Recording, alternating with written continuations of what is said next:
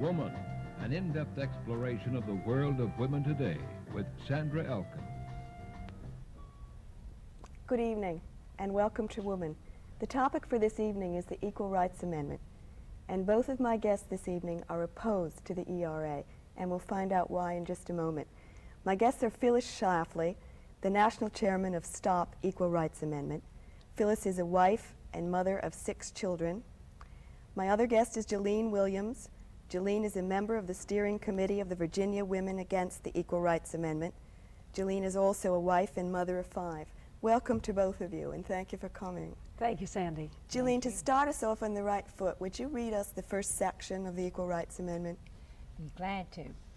Equality of rights under the law shall not be denied or abridged by the United States or any state on account of sex. Now, what is this going to do for us? Will we get equal pay for equal work? Well, that's just the trouble, Sandy. It isn't going to do anything good for women at all. And above all, it's not going to do anything for women in the field of employment. I've been around to the state legislative hearings in 15 states, and in not a single one of these hearings has a lawyer for the proponents claimed that the Equal Rights Amendment will do anything whatsoever for women in the field of employment. One of the reasons why this is so is the existence of the Equal Employment Opportunity Act of 1972. This law is very specific in regard to hiring and pay and promotions. And if any woman thinks she's been discriminated against, she can file her claim with the government.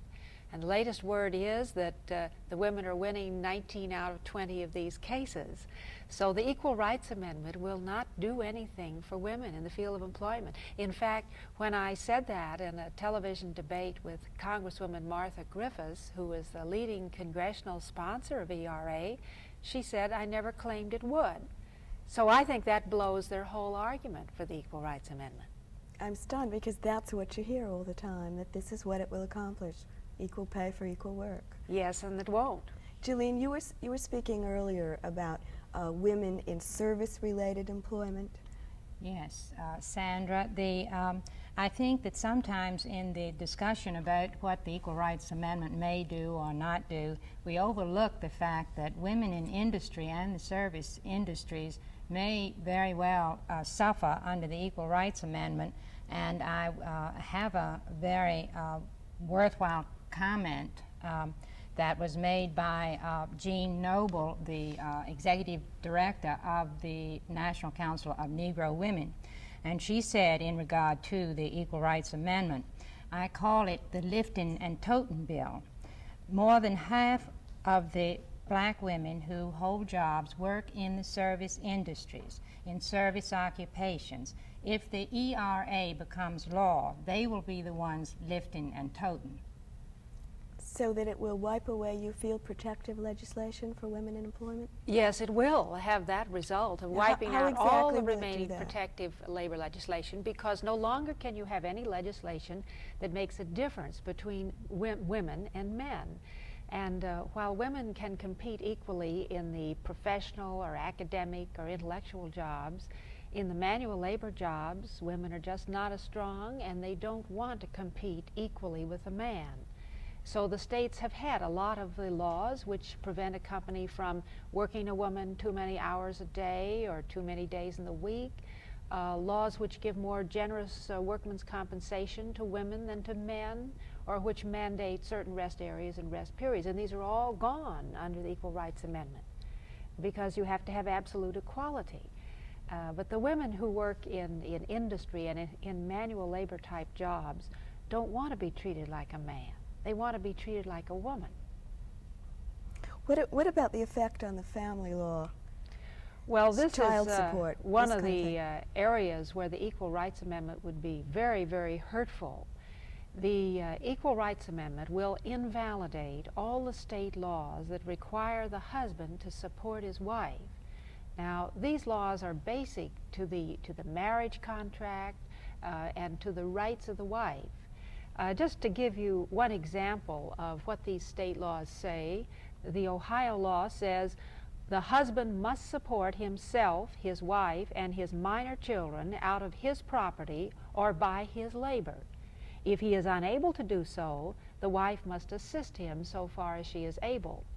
Therefore, you see, the primary responsibility falls on the shoulders of the husband for the financial support of the family. And this is what gives the wife her legal right to be a full-time wife and mother in her home with her own babies. Now, ERA wipes this all out because you can't have any legislation any longer under ERA that imposes an obligation on the husband that it doesn't impose on the wife. We might illustrate that point, some very valid backing for this point of the rigidity of the application of the Equal Rights Amendment if it is ratified. The state of Pennsylvania enacted an Equal Rights Amendment to its own state constitution, which is very similar in wording to what we just read as being the proposed Equal Rights Amendment to the United States Constitution. And the Superior Court of Pennsylvania just passed 2 rulings on the application of this new Equal Rights Amendment to its own state constitution. And it, as a result, threw out or invalidated 2 laws that fit the description that Phyllis was just giving us about the fact that there can be no law under the Equal Rights Amendment which treats women different or men differently from the other. The laws must be, let's say, sexless and not refer to one sex or the other. The Pennsylvania Superior Court ruled, equality of rights under the law shall not be denied or abridged in the Commonwealth of Pennsylvania because of the sex of the individual. Since Section 11 and 46 afford rights exclusively to females, the rights of males in Pennsylvania are abridged by these sections solely because of their sex. The sections therefore fall in light of the amendment. The court goes on to say, where in the Constitution the words are plain, they must be given their common or popular meaning, for in that sense the voters are assumed to have understood them when they adopted the Constitution. In the instant case, the amendment specifically states that, quote, equality of rights under the law shall not be denied because of sex, end quote. No exception is made for rights in the area of domestic relations. And, Sandra, there's no indication that any exception may be made to the hard and rigid application of the Equal Rights Amendment if it is ratified. Is this the only case? I think you mentioned yes, there is a Colorado case too where a husband was tried for non-support of his wife, and the Colorado court, under their state Equal Rights Amendment, threw out the law and said this is discrimination because no longer can you have a law that requires the husband to support his wife. And this certainly is not what many women understood by ERA who naively supported the amendment. I believe these cases illustrate that the Equal Rights Amendment is a big takeaway of the rights that women now have, their legal right to be supported by their husband, all of the legal property rights that wives have, which are superior to men and which they would lose under the Equal Rights Amendment. Another aspect is that most state laws require the husband to provide his wife with a home. Now, yes, the home is very important to women, and but under the Equal Rights Amendment, women will lose this right. So it's a big takeaway of the rights that women have. Give us some explanation of how women will lose the right of home. Well, you see, the Equal Rights Amendment will require the state legislature to go through its state laws and make them all sex neutral by eliminating the words husband, wife, male, female, man, woman, and replacing them with a sex-neutral word like person or spouse. Now, you see, it isn't the same thing at all to say spouse must support spouse as it is to say husband must support wife. Mm-hmm. And I would like to make a comment on that point, how wives might lose this right of home and support. And that is, remember, the Equal Rights Amendment means equal rights for both men and women. So once it's ratified, men can say, well, I want my equal rights, and I require that my wife support me on an equal basis, or support our home and children and family on an equal basis with me. So in this way, in the claiming of equal rights by men, you see, many wives will be put in a very difficult economic position, and to although certainly many men would not do this, there are many who would, and all we have to do is to examine the cases on record of men who have tried not to support their wives and children anyway. And all it would take would be for one man to go into court to try to get out of his obligations, and then the court would hand down the ruling, which applies to everybody. There's a very important article in the latest issue of the Drake Law School Journal, which involved quite a study of the effect of the Equal Rights Amendment on the wife's property rights. And they've spelled them out in state after state, because in most of the states, women have superior property rights to men. And this article concludes that if the Equal Rights Amendment is passed, it would minimize or eliminate these legal rights that women now possess, and the result would be a degradation of the homemaker role and the demand on the wife to go out of the home and seek some career outside of the home. Then you really see this as being very damaging to the family structure. Yes, primarily because it damages this whole fabric of laws which give legal rights to the wife. Now, what about children? What about custody of children and child support and that kind of thing, especially custody? Well, most of the laws apply to ongoing marriages, and so I've been talking about the right of the wife to be supported by her husband in an ongoing marriage. In case of divorce, you know, the wife usually has the presumption of custody of her children. This is another thing that would be washed out by the Equal Rights Amendment. The courts would be compelled to award custody on some basis of equality. Now, they might decide one child to one spouse and one to the other, or they might, in their own discretion, award them to the husband, or whatever. But it would eliminate the presumption of custody that the wife now has. So these are some of the reasons why we say any way you slice it, or any way the courts rule, it's going to be a lessening of the rights that women have today. This is why our Professor Philip Kurland of the Chicago University Law School told our legislature that the whole thing is misrepresented as a women's rights amendment. In fact, the principal beneficiaries will not be women at all. I wonder. Well, we also every now and then hear of it being referred to as the Equal Responsibilities I've heard that. Amendment. And I think that additional responsibilities, additional to the very fine responsibilities that women already carry, that it looks as though this may not only give them the home, but also they must establish somehow equal economic equality in order to survive, and their families survive too, that the husband can require this of them. Now they can choose to work. We can choose to work, be at home, or have a combination of this. But it certainly appears that the Equal Rights Amendment would increase the influence and the need for women to work and be able and ready to support themselves if they have to. Well, a woman today really has freedom of choice. She has the legal right to be a full-time wife and mother, or she has the legal right to go into the workforce on the basis of equal pay for equal work under the legislation on the books. Now, to pass the Equal Rights Amendment eliminates this one alternative that she has today, which is her legal right to be a full-time wife and mother. And I think you can't change the fact that women have the babies. There's no way to make that equal. And I believe it's only right and fair that the man should have the primary obligation of financial support. So we would lose our choice, you feel? We would lose the freedom of choice, yes. There's another thing that the opponents say, that they say that the people who are against the Equal Rights Amendment are talking nonsense when they talk about the draft.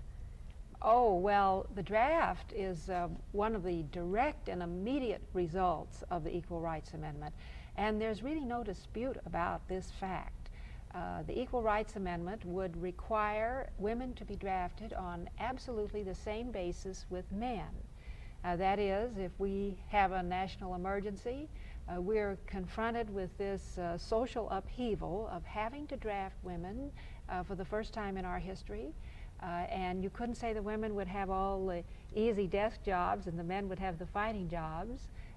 The proponents have made it very clear, and all the scholarly articles have made it clear, that women would have to be assigned indiscriminately in combat, on warships, carrying the same 40 to 50 pound packs and all the rest. I would like to, I remember in connection with what you just said, Phyllis, that I heard Admiral Zumwalt speak a few months back. He is Chief of Naval Operations, and he said that the Navy is laying plans now to put women on combatant ships as soon as the Equal Rights Amendment is ratified.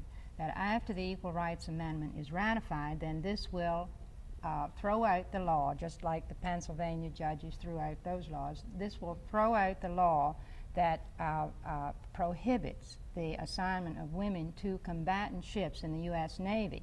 But he said that as soon as the Equal Rights Amendment is ratified, that women will be put into combatant ships. I don't know if you've ever been in a submarine and or in an engine room of a nuclear power plant operating one of our big Navy vessels, but it does give you an idea of what we're talking about, the possibilities for women and under the the overwhelming majority of American men and women do not think women should be drafted. Is that true? Yes, have you read a poll? the Elmo Roper poll and every other poll indicates that. There's a small minority of people who think they should be, but then to them I would say, go do it in the above board way.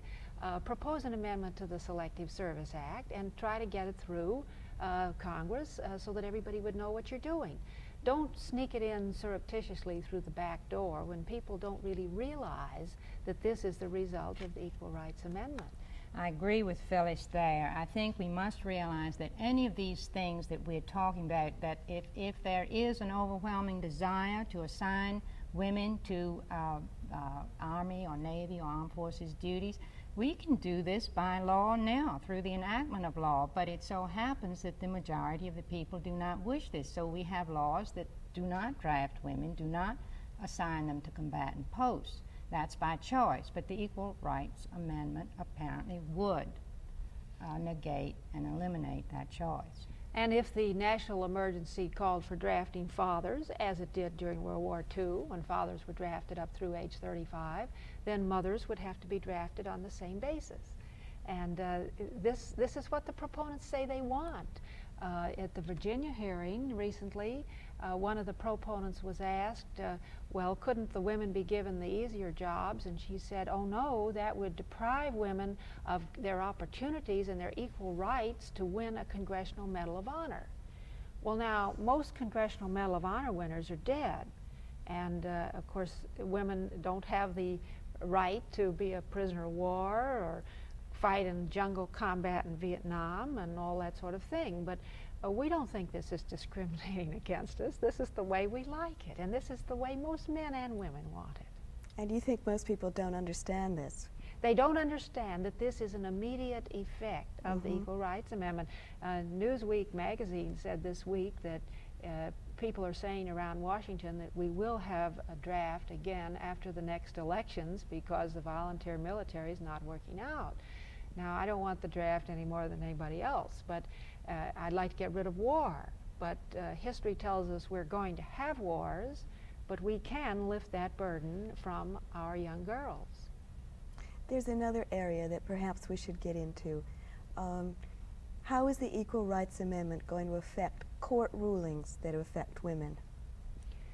Well, in the opinion of many legal authorities, it is going to transform every issue to do with women into a constitutional issue ultimately to be resolved by the Supreme Court.